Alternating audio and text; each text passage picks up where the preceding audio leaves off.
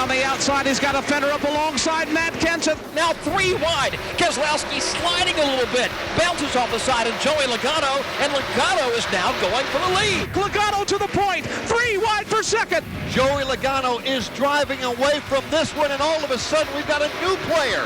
Joey Logano muscled his way to the point, and he's about to take a trip to victory lane here at Richmond. Joey Logano across the start-finish line, and now he is a 2-time winner in the 2014 season, and Joey Logano is all but a sure lock in the NASCAR Sprint Cup chase.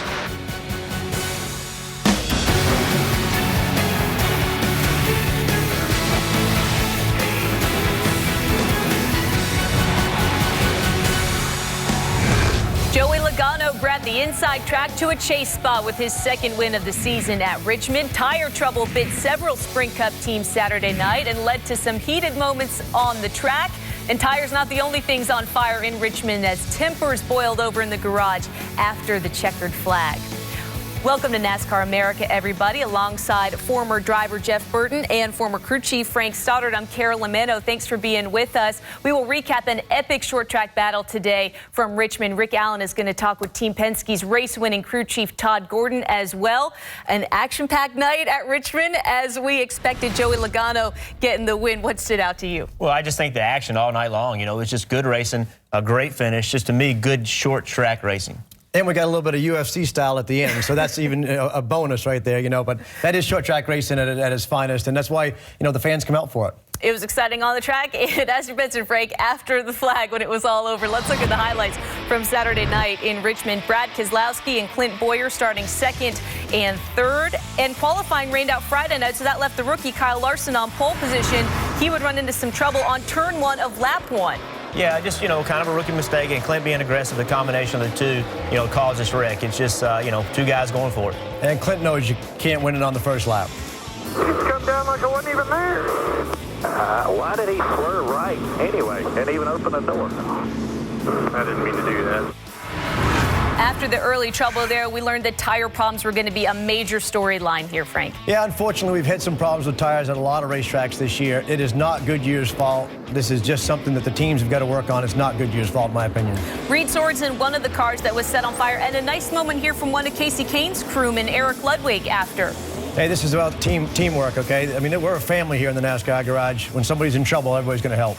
Helping him to safety. Meantime, lap 243, Jeff Gordon had the dominant car, but he struggled after restart to see Joey Logano taking the lead. But Gordon, just like the rest of the night, would come back quick. A little bit of a reoccurring theme with the 24 car and Jeff. This is what they're doing every week. They're really, really fast, but they have trouble taking off. So they've got to find a way to get that short run speed, because ultimately you get that late race caution, you got to have it. More contenders with tire problems on lap 290. 48 car Jimmy Johnson looking for his first win of the year, but both he and Carl Edwards have to pit under green. Yeah, and I think with Jimmy's case, it's a product of just working so hard to try to get a win that they're over-cambering the front end. Matt Kenseth came out of nowhere late in the race. He passed Jeff Gordon for the lead. Where'd he come from? He was flying. I mean, this wasn't even going to be close. He was so much faster than everybody else. I mean, this caution right here ruined it, but he had this race won. So Johnson has another tire problem, brings out the caution for debris. And then Gordon gives up the spot to Dale Earnhardt Jr. coming out of pit row. There's some strategy here. Yeah, really smart play. You see this a lot now. The 24 car wants to start on the bottom, so he sees the 88 next to him. He just slows up, lets 88 beat him to the yellow line. That puts him on the inside line on the restart.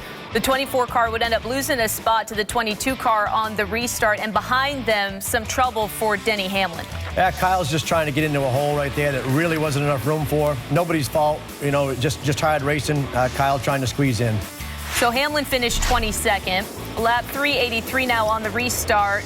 Logano says that Kens is slowing down, and he gets a bad restart. You can definitely see that the 20 does not probably maintain his speed like he should have. He didn't really brake check, but he rolled out a little bit. We got to keep an eye on this. Marcus Ambrose and Casey Mears had some trouble. Little bit of back and forth with those two behind the leaders, and Mears ending up with a left front flat tire, and this is something that would continue later on. Yes, the contact would continue later on. We'll get to that in a minute. J.J. Yaley, in the meantime, the motor expires, bringing out the final caution, and these lap 5 laps were something to see. Oh, this is just great racing. I mean, everybody's going for it. You got 4 cars here with a shot to win. Everybody knows how much winning means, and they're just all racing hard. I mean, this is just what racing's all about. And we see this, how many times at Richmond do we see those last laps end up like this? I mean, it's just a super racetrack, and the NASCAR team put on a great show.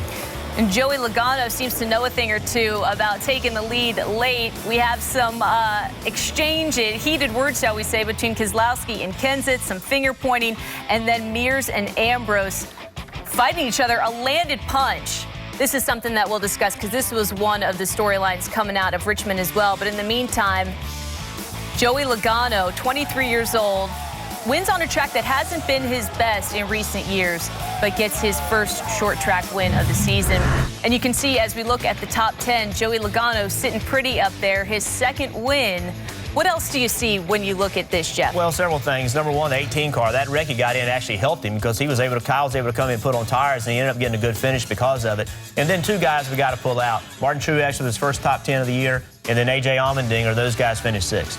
Just outside the top 10, Kevin Harvick led 23 laps before finishing 11th. And Brian Vickers just missed his 4th top 10 of the year in 12th. Frank, what do you see? Well, for me, the biggest one I look at is Casey Kane.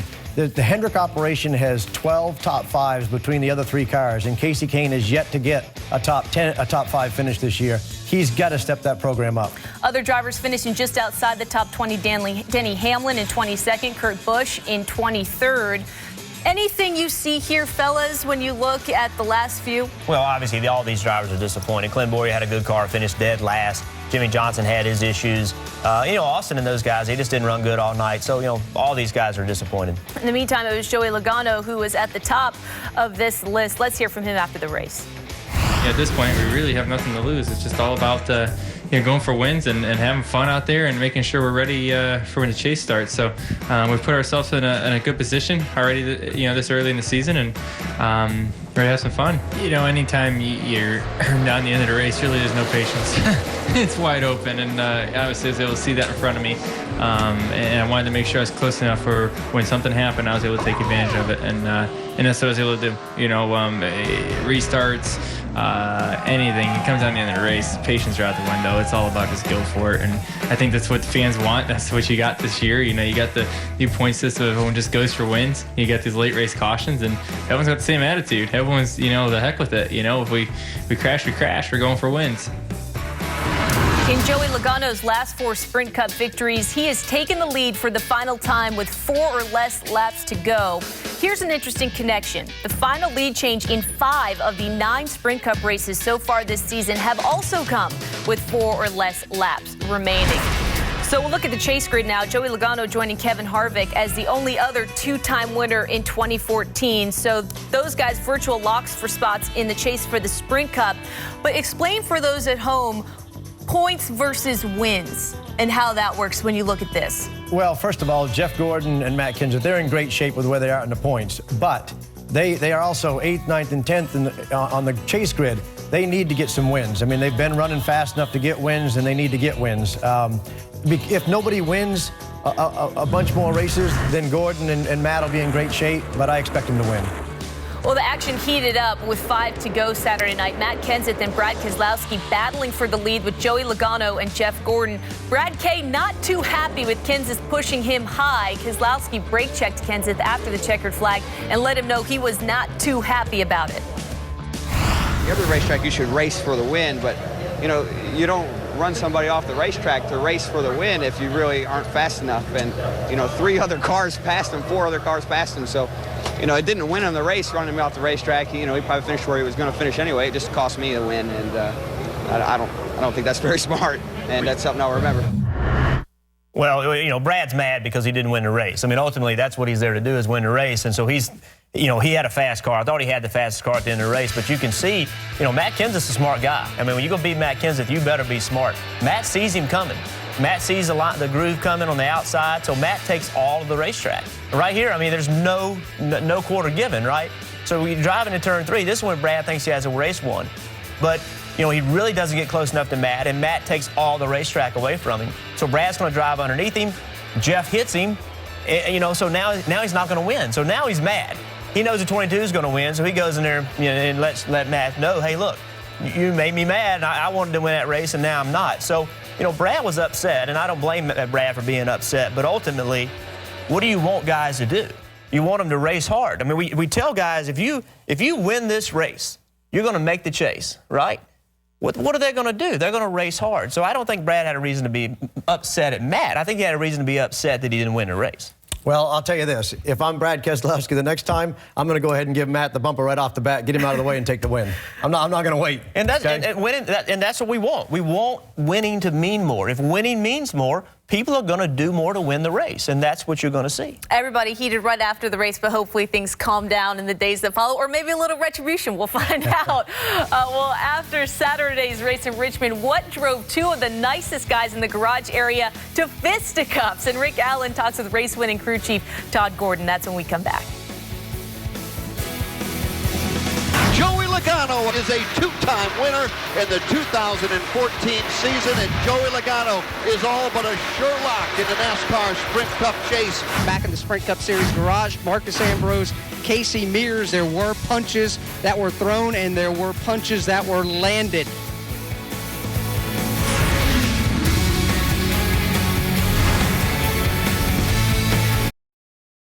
I'm disappointed I didn't get him to win. I did everything I could do. We were good on the first restart. I thought we were going to have it. The second restart, we were good. I thought we were going to have it again. And third cycle on the tires, I just couldn't go. Man, my car tonight, I drove up, I got up to fourth, and I'm like, okay, I got a chance here. I can hang with him. One more adjustment, and I'll be good.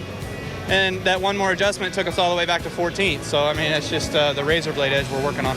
I mean, we're running good. We're running really good, and I'm excited about that. And anytime you're running this good consistently week in, week out on all different types of racetracks, it gives you confidence as a driver, as a team. And, you know, but you also know, especially this year more than ever, you got to go close that out. It does a lot, you know. Obviously now you're pretty much locked in, like you said. You're really focused on the chase at this point, and go out there and have some fun. You know, you race for wins. You got nothing to lose. You just go have some good time. Prior to Saturday night, Joey Logano had never led a lap in 10 starts at the action track, and that all changed in one race as Joey Logano recorded his first Sprint Cup short track win at Richmond, his first multi-win season, and a big part of his success, crew chief Todd Gordon. Our Rick Allen had a chance to sit down with Gordon at Team Penske in Mooresville, North Carolina. And so, Todd, you have started off the season doing something that you and Joey have never been able to do before, multiple wins in a season. What do you credit your success early for? I think Team Penske. If you look, the race cars that we're producing out of this race shop are they've got speed every week, and it shows on both aspects. The 2 and the 22 have both rolled out on the racetrack with speed every weekend. I think we've Paul and I are working together really hard on how we make our race cars better and how the philosophies of how we have speed at the racetrack. And Brad and Joey really push each other. I think it's a healthy, competitive relationship that they've got. And everybody here is focused. You know, it's all the departments here are working on how we make our race cars faster. And you know, having a year in a notebook for the 22 team has really been good for us as to how we can go back to the racetrack. Joey and I sit down and talk weekly about, okay, what do we have last year? What do we have at this event last year? What do we need to focus on? And how do we need to practice to make sure we're good come race time? Now, you mentioned speed. You've been the closer this year. You guys have been able to win with passes in the last 4 laps. Is that something you guys focus on, being good at the end of this race? I think you know, week to week it's a different aspect that you focus on. But Joey, I think, you know, that there's that elite type athlete can rise up when the challenge comes. And I think Joey's proven as he's been here at Penske that he's a closer. He finds that next level when he needs to. But, you know, particularly this weekend at Richmond, looking at history, you know that the race falls down to a short run. There's always late race cautions, which puts you in a position to make a call. So needed to have that speed in our car and focused on that, and we had it. All right, there's a ritual now. Wins are very important. I only see one sticker on this car. Can we put the second sticker on there for that second win? Love to do that. All right, let's see it. Todd Gordon is going to add the second winner sticker to the 22 after the win at the short track in Richmond. Congratulations, Todd. He and Joey have taken one step closer to their goal of winning a Sprint Cup championship. Rick, thank you. Jeff, when you look at what Joey Logano has been able to do this season, what stands out to you as the key to why he has been successful? Well, we talked about this a few weeks ago. Joey has found a way to step up. Since he went to Penske, he's become the driver that everybody thought he would be. It took him a while, you know. This stuff's hard to do. It's not easy. It took him a little while to figure it all out. But something else, they are working very well together. He and Brad and all the teams, they believe in each other, and they're working very, very well together. When you have a team that's functioning at a high level, and then you have everybody buy into it, you're going to be better. And that's what really has been impressive to me about it. And to me, one of the key things is Roger Penske, okay? He runs that thing not as a business to make money, but as a business to win races, to increase the Penske name worldwide. His other businesses make money. He doesn't have to make a dollar on his race team business. So he puts the money in. They're testing every other week at Nashville, it seems. I mean, the resources that he puts in are unbelievable, and it makes the team be able to go do the things on the racetrack. Jeff, you hit on team chemistry, which is so evident from Brad jumping on Joey's car after the race, them tweeting back and forth at each other. So that really does matter in terms of translating to results. Well, here's the thing. When you're a teammate, you have to want your teammate to be successful, which means if they're successful, they may be beating you. And that takes special people to do that. So when you have full buy-in, it's people that are glad when your teammate has success more than you're upset that you didn't. So even Brad, we saw how upset he was that he didn't win that race. He still backed himself up and realized, hey, Joey won the race. And he went and congratulated him. And that's a good thing to see, because everybody's pulling the rope in the same direction. And the big thing there is Brad Keselowski is probably the #1 guy that went out and recruited Joey Logano. He wanted him to be his teammate. So he's thrilled when Joey Logano gets a win, because it vindicates him on stepping up to Roger Penske and saying, Roger, this is the guy I want as my teammate in this car. He's thrilled. I'm sure it makes everybody's job easier. From those two guys to the top on the bottom. When you like each other, it's good. When you don't like each other, it's bad. We saw some fisticuffs after the race was over. Marcus Ambrose and Casey Mears going from words to a right hook at the action track, and there were tempers firing on Saturday night. We'll take a look at a lot of tire trouble and some fights that ensued in Richmond when we come back. The inside shoulder of the right front tire began to shred away. We've got another car on fire. Back in the Sprint Cup Series garage, Marcus Ambrose, Casey Mears, there were punches that were thrown and there were punches that were landed. Everybody, let's do some Verizon IndyCar Series highlights now from Barber Motorsports Park in Alabama. And as you can see, the race was delayed due to some very wet weather, lightning. The race in very wet conditions, little visibility for the drivers, and Will Power with the lead. Brakes too late, runs off the track, but he wasn't out of the race. You can see he follows closely behind Ryan Hunter-Reay, who took the lead there. And as we head to the end of the race now, you'd see a crash from Mikhail Aloshin. He crashes. The race ends under caution, and Ryan Hunter-Reay ends up getting the win. He wins at Barber for the second year in a row, so congratulations to him. Time now for our Mobile One Expect the Unexpected from Richmond. Casey Mears and Marcus Ambrose were going at it in the middle of the pack. We always see tempers flare at Richmond, it seems, and these two really bumping. They didn't even have the lead, Jeff. Well, they didn't have the lead, but they're racing really hard, and people don't understand that racing back there from 15th to 25th is harder than racing for the lead. I mean, it's everybody's bottled up. It's just difficult, and Ambrose is a guy that's very aggressive, and he puts you in positions that make you mad sometimes. And the first hit might have been the easiest hit that Casey Mears took that night. How should NASCAR handle this situation? Well, you know, what I think is that there should be suspension, there should be major fines. I don't think that they will suspend him. I think there'll be major fines, but ultimately, there has to be a line drawn in the sand. I think drivers hitting each other is different than drivers pushing each other. If a driver hits somebody, there should be a major penalty. In my opinion, there should be a suspension and a fine, but it'll probably only be a fine. And I think the bigger problem that people are overlooking here, too, is a crew member comes in at the last minute and takes a shot at Marcus Ambrose. And that right there, NASCAR is going to come down on. When they find out who that crew member is, as you see right here in the spot shadow, whoever this guy is that took the swing at the driver, he is going to be in trouble with NASCAR. They certainly are not going to put up with that. Yeah, NASCAR doesn't like that. But on the other side of that, the drivers like having a guy that has his back. And a lot of times the car owners will tell the people in the crew, look, you stay out of it, but if it gets physical and you think your driver is something's going to happen to your driver, then you go get you some and you go protect your driver. So the guy may have just been doing what over the years he's been told to do. A delicate balancing act with some vague rules when it comes to what you can do and what you can't do. In the meantime, several Sprint Cup teams had tire trouble that led to fires on Saturday night in Richmond. We will explain why. Plus, the heart of racing heads to West Haven, Vermont, and Devil Bowls Speedway, which hosts weekly racing in the NASCAR Whelen All-American Series. About 2 hours northeast of that is Thunder Road, which is owned by legendary broadcaster Ken Squire. And hey, if you want to see your local track on NASCAR America, you can. Just send us your best photos and use hashtag Heart of Racing. You just might see them show up on NASCAR America. This day in NASCAR, 1968, Cale Yarborough records his first of 6 wins at Martinsville Speedway. And 2002, Jimmy Johnson drives to victory lane for the very first time in the Sprint Cup Series, winning at Fontana. Sparks always fly at a short track like Richmond, but several Sprint Cup teams had fires erupt in their right front fender wells. Clint Boyer, Reed Sorensen, Ricky Stenhouse all had tire failures turn into fires. They all finished 38th or worse. So, Frank, you said this is not a Goodyear problem. What do the teams need to do to adjust? It's simple, Carolyn. It's all about camber. These guys all run this right front tire as much camber as they possibly can. Causes a great deal of heat on the inside of the tire. During practice, we want to make sure that there's only about a 20-degree spread across the tire from the inside to the outside on temperature. So all you've got to do is just take a little bit of camber out, lay the tire a little bit flatter, temperature stays good, not going to have a problem. What specifically is causing the fire? That's interesting. You know, in the years past, Goodyear actually wrapped the tires in this direction with the cords underneath the rubber that you don't see.